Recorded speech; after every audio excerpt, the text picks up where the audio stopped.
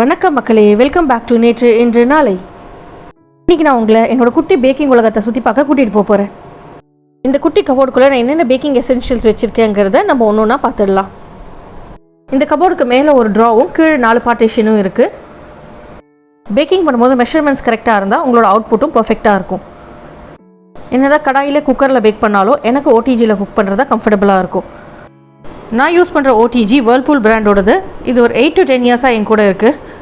இதோட சைஸ் வந்து எவ்வளோ லிட்டர்ஸ்னு எனக்கு தெரியாது, ஆனால் மீடியம் சைஸ். ஓடிஜி கூட ஒரு கிரில், ஒரு பிளேட், ஒரு புல்லரும் நம்மளுக்கு கிடைக்கும். என் பேக்கிங்க்கு நான் ஃபுல் அண்ட் ஃபுல் யூஸ் பண்ணுறது இந்த ஓடிஜி தான். பேக்கிங்க்கு அடுத்த முக்கியமான பொருள் எலக்ட்ரிக் பிளெண்டர். இது 2 அட்டாச்மெண்ட்டோடு வரும். ஒன்று க்ரீம் பீட்டர், இன்னொன்று வந்து டோ பீட்டர். ஸோ உங்களுக்கு வேலை பர்ஃபெக்டாகவும் ஈஸியாகவும் முடியணும்னா இந்த பிளெண்டர் கண்டிப்பாக வேணும். இந்த பீரோவில் நான் எப்போவுமே வச்சுருக்கிறது கொஞ்சம் வேஸ்ட் கிளாத், அப்புறம் கொஞ்சம் cling film roll, aluminium foil roll. பேக்கிங்க்கு அடுத்தது ரொம்ப ரொம்ப முக்கியமானது parchment paper, butter paper. Parchment paper வாங்கும்போது நல்ல குவாலிட்டியாக பார்த்து வாங்குங்க, அப்போ தான் அது ஊறாமல் கிழியாமல் இருக்கும்.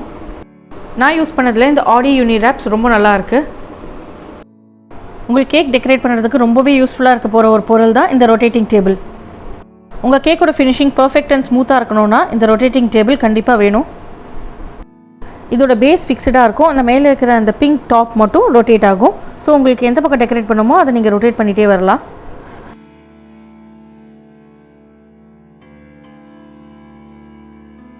அடுத்ததாக நம்ம பார்க்க போகிறது கூலிங் ட்ரே. இந்த கூலிங் ரேக்கை நீங்கள் பிரெட்ஸ், கேக்ஸ் எல்லாம் ஆற வைக்கிறதுக்கு யூஸ் பண்ணலாம். இது வந்து ஒரு rotating fruit serving tray. So நான் ரொட்டேட்டிங் டேபிள் வாங்குறதுக்கு முன்னாடி இதுதான் கேக்ஸ் டெக்கரேட் பண்ணுறதுக்கு யூஸ் பண்ணிகிட்டு இருந்தேன். இது என்னோட ஒரு ஃப்ரெண்ட் கிஃப்ட் பண்ணது. ஸோ அவங்க ஞாபகமாக நான் இதை இப்போ அப்படியே வச்சுருக்கேன். இதுக்கு ஒரு கவர் இருக்குது. நீங்கள் ஃப்ரூட்ஸ் கட் பண்ணிவிட்டு அழகாக மூடி போட்டு மூடி வச்சிடலாம். அடுத்தது பேக்கிங்க்கு ரொம்ப இம்பார்ட்டண்ட்டான பொருள் கிச்சன் வேயிங் ஸ்கேல். என்ன தான் கப்ஸில் பேக்கிங் பண்ணாலும் நீங்கள் கிராம்ஸில் எடுத்து வே பண்ணி நீங்கள் பேக்கிங்க்கு யூஸ் பண்ணிங்கன்னா உங்களோட அவுட்புட் ரொம்பவே நல்லாயிருக்கும். ஓடிஜிலேருந்து ட்ரேஸை புல் பண்ணும் போது சூடு தெரியாமல் இருக்கிறதுக்கு யூஸ் பண்ணுற cloth and silicone gloves. Silicone glove வந்து ரொம்ப குட்டியாக ஹேண்டியாக இருக்கும், ஆனால் கிளாத் க்ளவ் தான் ரொம்ப எஃபெக்டிவாக இருக்கும். உங்களுக்கு சூடு சுத்தமாக தெரியாது. Baking is all about measurements. So measuring cup இல்லாமல் நீங்கள் பேக் பண்ணவே முடியாது. ஸோ நீங்கள் பேக்கிங் பண்ண போகிறீங்கன்னா கண்டிப்பாக ஒரு பேர் ஆஃப் மெஷரிங் கப்ஸ் வாங்கி வச்சுக்கோங்க. நான் ட்ரை அண்ட் வெட்டுக்கு 2 பேர் ஆஃப் மெஷரிங் கப்ஸ் தனித்தனியாக வச்சுருக்கேன். மெஷரிங் கப்ஸ் எவ்வளோ முக்கியமோ அதே மாதிரி மெஷரிங் ஸ்பூன்ஸும் ரொம்ப முக்கியம். இந்த ஒரு ஸ்பூன்லேயும் உங்களுக்கு மெஷர்மெண்ட்ஸ் எழுதியிருக்கும், அதுக்கேற்ற மாதிரி நீங்கள் எடுத்துக்கலாம். அதே மாதிரி இதுவும் மெஷர்மெண்ட்டுக்கு யூஸ் பண்ணுற ஒரு மெஷரிங் ஜார் தான். இதில் நீங்கள் 500 ml வரைக்கும் மெஷர் பண்ணலாம். இதுக்கு இன்னொரு பக்கம் கப்ஸ் மெஷர்மெண்ட்டும் இருக்கும், ஓஸ்லேயும் மெஷர்மெண்ட்ஸ் இருக்கும். அடுத்தது என்கிட்ட இருக்கிற பேக்கிங் வெசல்ஸ்லாம் நான் உங்களுக்கு காமிக்கிறேன். இது ஒரு ரெக்டாங்குலர் பேக்கிங் டிஷ். ரொம்ப ஆழம் இருக்காது, ஆனால் கபாப்ஸ்லாம் பண்ணும்போது ரொம்ப யூஸ்ஃபுல்லாக இருக்கும். அடுத்தது இது ஒரு சர்க்குலர் ஸ்ப்ரிங் ஃபோம் பேன். இது நீங்கள் சீஸ் கேக் பண்ணும்போது ரொம்ப யூஸ்ஃபுல்லாக இருக்கும், ஆனால் நான் இது ரொம்ப யூஸ் பண்ண மாட்டேன், ஏன்னா இதோட சைஸ் ரொம்ப பெருசு. இது சைடில் ஒரு கிளிப் இருக்கும், அதை நீங்கள் ரிலீஸ் பண்ணி விட்டிங்கன்னா பேஸும் டாப்பும் தனியாக வந்துடும். ஸோ நீங்கள் சீஸ் கேக்லாம் பண்ணும்போது உங்களுக்கு பர்ஃபெக்டாக வரும். அடுத்ததாக நம்ம பார்க்க போகிறது ஒரு சர்க்குலர் பீஸா பேன். இது என்னோட ஒரு ஃபேவரட்டான ஒரு பேன். நீங்கள் பீஸா பண்ணுறீங்கன்னா கண்டிப்பாக இது தேவை. Circular cake baking pan. உங்களுக்கு கேக் பண்ணிவிட்டு அதை கட் பண்ணுறதுல ஒரு கான்ஃபிடென்ஸ் இல்லைனா இந்த மாதிரி 2 பேன் ஒரே சைஸில் வாங்கிட்டு இதில் கொஞ்சம் அதில் கொஞ்சம் நீங்கள் பேக் பண்ணிக்கிட்டிங்கன்னா கட்டே பண்ண வேண்டாம், அப்படியே அசம்பிள் பண்ணி நீங்கள் கேக் பண்ணிடலாம். இதுவும் circular base detachable cake pan தான். இதில் நீங்கள் பேஸ் தனியாகவும் சைட்ஸ் தனியாகவும் எடுக்கலாம். இது ஒரு heart in shape cake pan தான். இதில் நீங்கள் ஜெல்லீஸ், சீஸ் கேக், அதுக்கப்புறம் நார்மல் கேக்ஸ் பேக் பண்ணலாம். அடுத்ததாக நம்ம பார்க்க போகிறது ஒரு பை பேன். இதில் நீங்கள் பேஸ் தனியாக இருக்கலாம். பைஸில் வந்து பாத்திரத்தோட ஆழம் ரொம்ப இருக்காது. இது ஒரு குட்டி சிலிகான் பன் பேன். இதில் நீங்கள் ஒரு குட்டி கேக் பேக் பண்ணலாம், சென்டரில் ஹோல் வரும். அடுத்ததாக நம்ம பார்க்குறது வந்து மஃபின் அண்ட் கப் கேக்ஸ்க்கு யூஸ் பண்ணுற மோல்ஸ். ரெட் கலரில் இருக்கிறது வந்து சிலிகான் கப் கேக் மோல்ஸ். சிலிகானோட கிரேட்டஸ்ட் அட்வான்டேஜ் என்னென்னா நீங்கள் பண்ணுற கேக்ஸ் வந்து இதில் ஒட்டாது, உங்களுக்கு எடுக்கிறதுக்கு ரொம்ப ஈஸியாக இருக்கும். இதுவும் ஒரு மெட்டல் கப் கேக் மோல்ஸ் தான். இந்த குட்டி குட்டியாக பிளாக்காக இருக்கிறது வந்து டார்ட் மோல்ஸ்.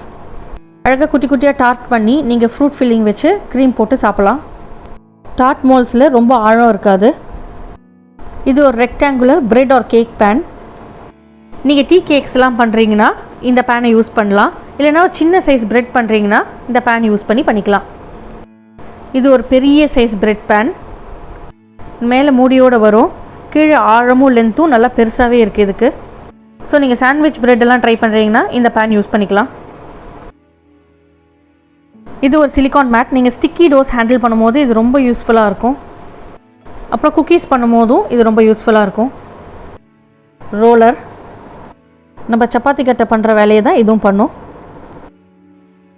டாப்பை தனியாக டிட்டாச் பண்ணுற சிலிக்கான் ஸ்பேச்சுலா, சிலிக்கான் ப்ரஷஸ், இதுவுமே டாப் டிட்டாச்சபிள் தான். மில்க் பட்டரெல்லாம் ப்ரஷ் பண்ணுறதுக்கு ரொம்பவே யூஸ்ஃபுல்லாக இருக்கும். அடுத்ததாக நீங்கள் பார்க்குறது வந்துட்டு metal and plastic ice cream scoops. அடுத்ததாக நீங்கள் பார்க்குறது வந்து egg yak and egg white separator. But இது எனக்கு யூஸ் கிடையாது, ஏன்னா நான் எக்லெஸ் பேக்கிங் தான் பண்ணுறேன். இது ஏதோ ஒரு பேக்கேஜில் வந்ததுனால இதை நான் அப்படியே ரீட்டைன் பண்ணியிருக்கேன். ஒரு மல்டிபர்பஸ் ஸ்பூன்.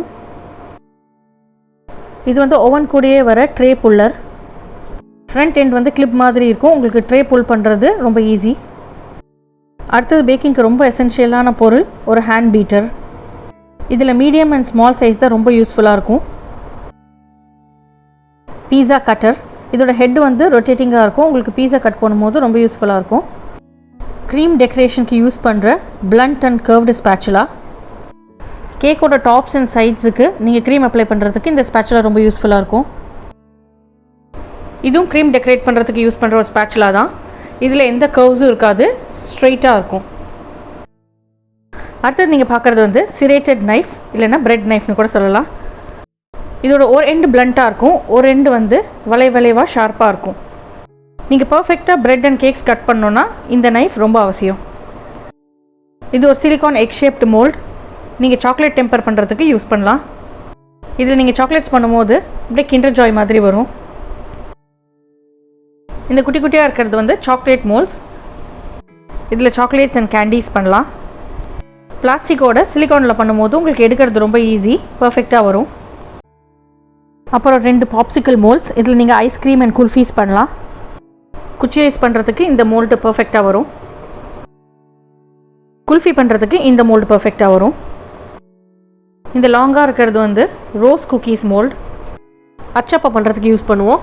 மாவில் டிப் பண்ணி எண்ணெயில் ஃப்ரை பண்ணி எடுத்தால் நம்மளுக்கு அச்சப்பா ரெடி ஆகிடும். இது வந்து கோன் ஐஸ்கிரீம் வேஃபர் மோல்டு. கிரிப்ஸ் மாதிரி வேஃபரை பண்ணிவிட்டு இதில் ரோல் பண்ணால் நம்மளுக்கு கோன் ஐஸ்கிரீமோட வெள்ளை பிஸ்கெட் ரெடி ஆகிடும். இது வந்து சோளத்துலேருந்து முத்துகள் உரிக்கிறது. சோளத்தை அப்படியே சென்ட்ரலில் விட்டு நம்ம இழுத்தோன்னா அந்த முத்துகள்லாம் தனியாக வெளியில் வந்துடும். பேசிக்காக மாவெல்லாம் கொட்டி வச்சுக்கிறதுக்கு யூஸ் பண்ணுற ஒரு ஃபனல். 2 சைஸில் இருக்குது. இது வந்து சிம்பிளான ஒரு சீஸ் கிரேட்டர். சீஸ் அப்படியே மேலே துருவினா கீழே வந்து கலெக்ட் ஆகிக்கும். இது வந்து ஒரு hand held sandwich maker. Sandwich பண்ணிவிட்டு அப்படியே உள்ளே வச்சுட்டு மேலே இருக்கிறத வச்சு ப்ரெஸ் பண்ணால் உங்களுக்கு அழகான ஒரு சாண்ட்விச் ரெடி ஆகிடும். பேக்கிங்க்கு ரொம்ப ரொம்ப ரொம்ப யூஸ்ஃபுல்லான அடுத்த எக்யூப்மெண்ட் தான் இந்த சல்லடை. எந்த ட்ரை இன்க்ரீடியன்ட் போட்டாலும் நீங்கள் சலிச்சு தான் போடணும். வைக்கும் போது அதில் நல்லா ஏர் இன்கார்ப்ரேட் ஆகும். அடுத்ததான் நீங்கள் பார்க்குறது வந்து குட்டி குட்டி ரைஸ் மோல்ஸ். கிட்ஸுக்கு சாப்பாடு ஃபேன்சியாக இருக்கிறதுக்காக இதில் ஸ்டஃப் பண்ணி பிளேட்டிங் பண்ணுறதுக்கு இதை யூஸ் பண்ணலாம். இதுவும் டிஃப்ரெண்ட் ஷேப்ஸில் இருக்கிற பிளேட்டிங் மோல்ஸ் தான். இதை வச்சு நீங்கள் எந்த ஷேப்ஸ் ஆஃப் ஃபுட் வேணாலும் பிளேட்டில் கொண்டு வரலாம்.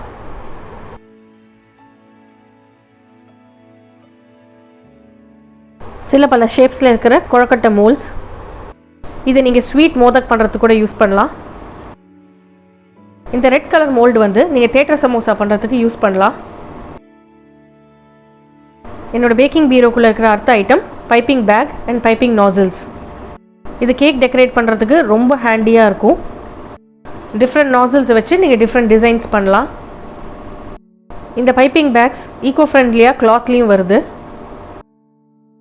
அடுத்தது நீங்கள் பார்க்குறது சில பல ஷேப்ஸில் இருக்கிற குக்கி கட்டர்ஸ். ஒயிட் கலரில் நீங்கள் பார்க்குறது வந்து மூன் கேக் மோல்டு. கிட்ஸுக்கு அட்ராக்டிவாக இருக்கிற டிஃப்ரெண்ட் ஷேப்ஸில் இருக்கிற cookie moulds. Gingerbread man, butterflies, rabbit, அந்த மாதிரி நீங்கள் எந்த குக்கி வேணாலும் பண்ணிக்கலாம். அடுத்ததாக நீங்கள் பார்க்குறது வந்துட்டு பேப்பர் கப் கேக் லைனர்ஸ், அப்புறம் சில பல ஸ்ட்ராஸ், அந்த ஸ்ட்ராஸை வாஷ் பண்ணுறதுக்கான ப்ரஷ், பிளாஸ்டிக் ஸ்ட்ராஸ் வந்துட்டு நீங்கள் டயர் கேக் பண்ணும்போது ரொம்ப யூஸ்ஃபுல்லாக இருக்கும். வெயிங் ஸ்கேலுக்கு கண்டிப்பாக பேட்டரிஸ் தேவைப்படும். அப்புறம் birthday candles, kebab tikka skewers, இது நீங்கள் கேக் பேக் ஆகிருக்கான்னு பார்க்குறதுக்கு கூட யூஸ் பண்ணலாம். Toothpicks, again cake bake ஆகிருக்கான்னு செக் பண்ணுறதுக்கு ரொம்ப ஹேண்டியாக இருக்கும்.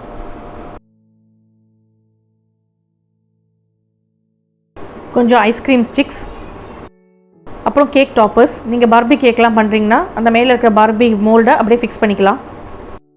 அப்புறம் நான் ரீசெண்டாக வாங்கின ஃபுட் கலர்ஸ், இன்னும் நான் யூஸ் பண்ணல, யூஸ் பண்ணிவிட்டு எப்படி இருக்குன்னு நான் சொல்கிறேன். ஹோம்மேட் ஆரஞ்சு பீல் வச்சு பண்ண எசன்ஸ்,